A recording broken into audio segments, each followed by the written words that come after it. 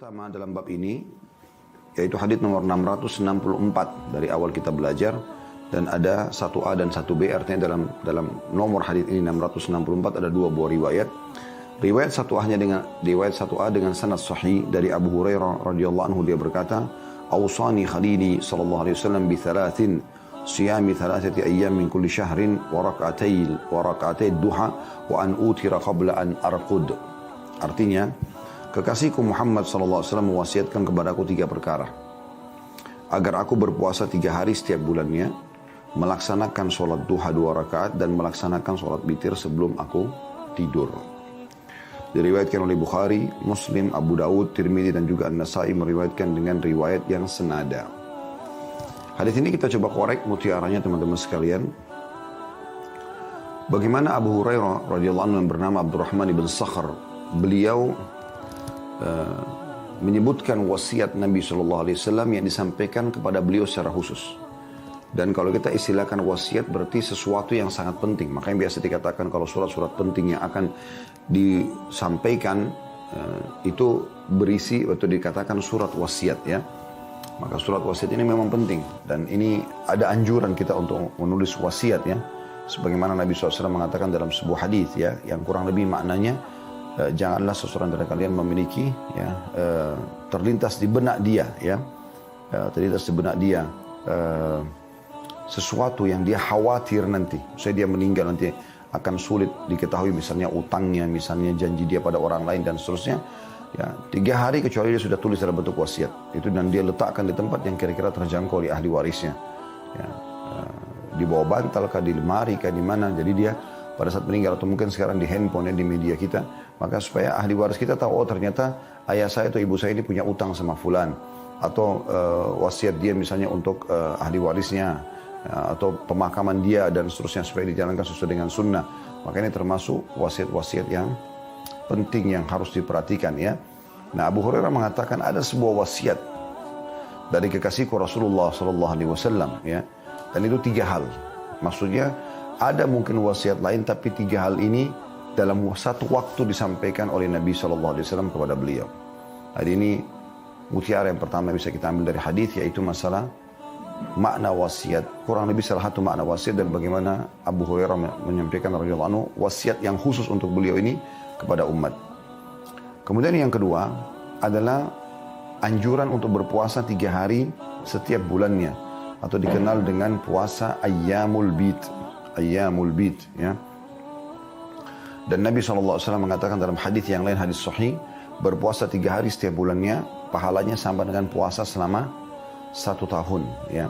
Ada sebagian ulama hadis menjelaskan, kalau anda berpuasa 3 hari setiap bulan, tepatnya tanggal 13, 14, 15 dari bulan Hijriyah, maka ini dihubungkan dengan hadis yang lain, yaitu siapa yang melakukan satu perbuatan amal soleh, Allah akan lipatkan menjadi 10 kali lipat. Berarti kalau anda puasa 3 hari setiap bulannya, sama dengan anda puasa 30 hari.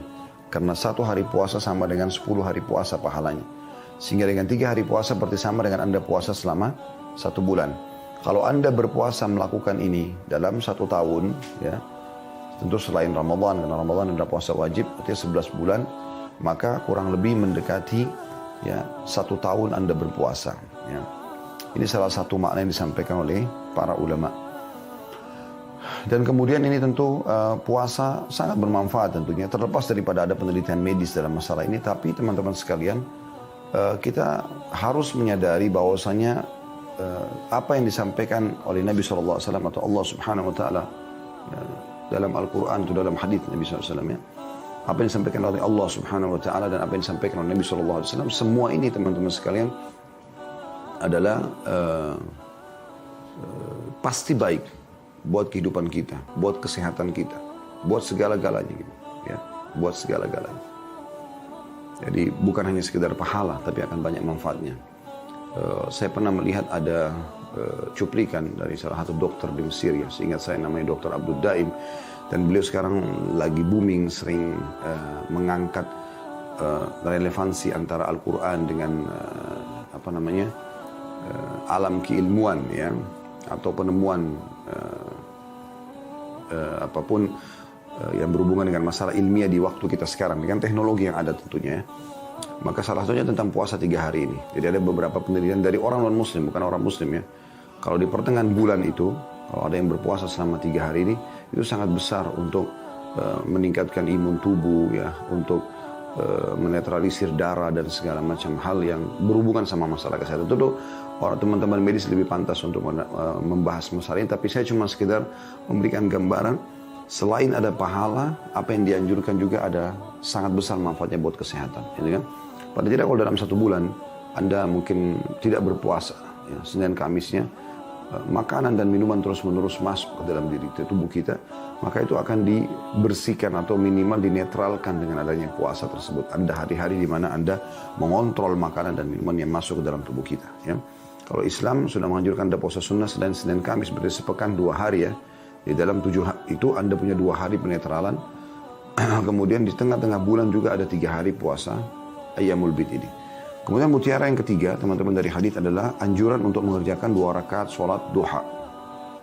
Dan ini yang menjadi saksi bahasan kita karena bab kita membahas tentang masalah sholat duha.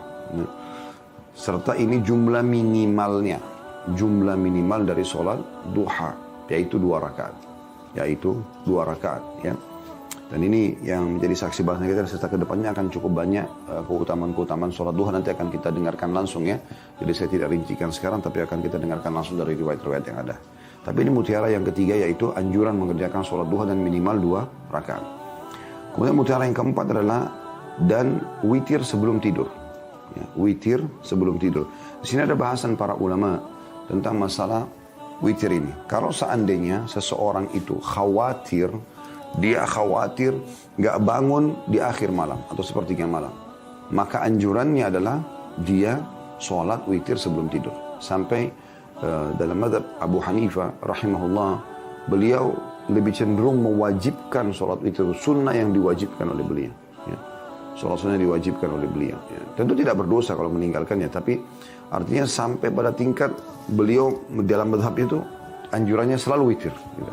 Ya. Saking menurut beliau pandangannya hadisnya sangat luar biasa tentang masalah witir ini. Dan itu dianjurkan dilakukan memang sebelum tidur.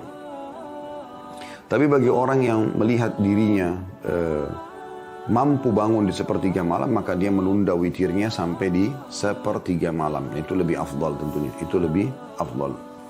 Dan witir ini adalah sholat ganjil. Witir artinya ganjil dan minimal rakaatnya adalah 1 rakaat. Minimal rakaatnya adalah 1 rakaat. Baik, hadis 1B-nya masih nomor hadis yang sama ya. Dengan sanad sahih Ibnu Khuzaimah meriwayatkan pula dan lafadznya dia berkata, "Ausani Khalili sallallahu alaihi wasallam bi thalathin lastu bi tarikihinna.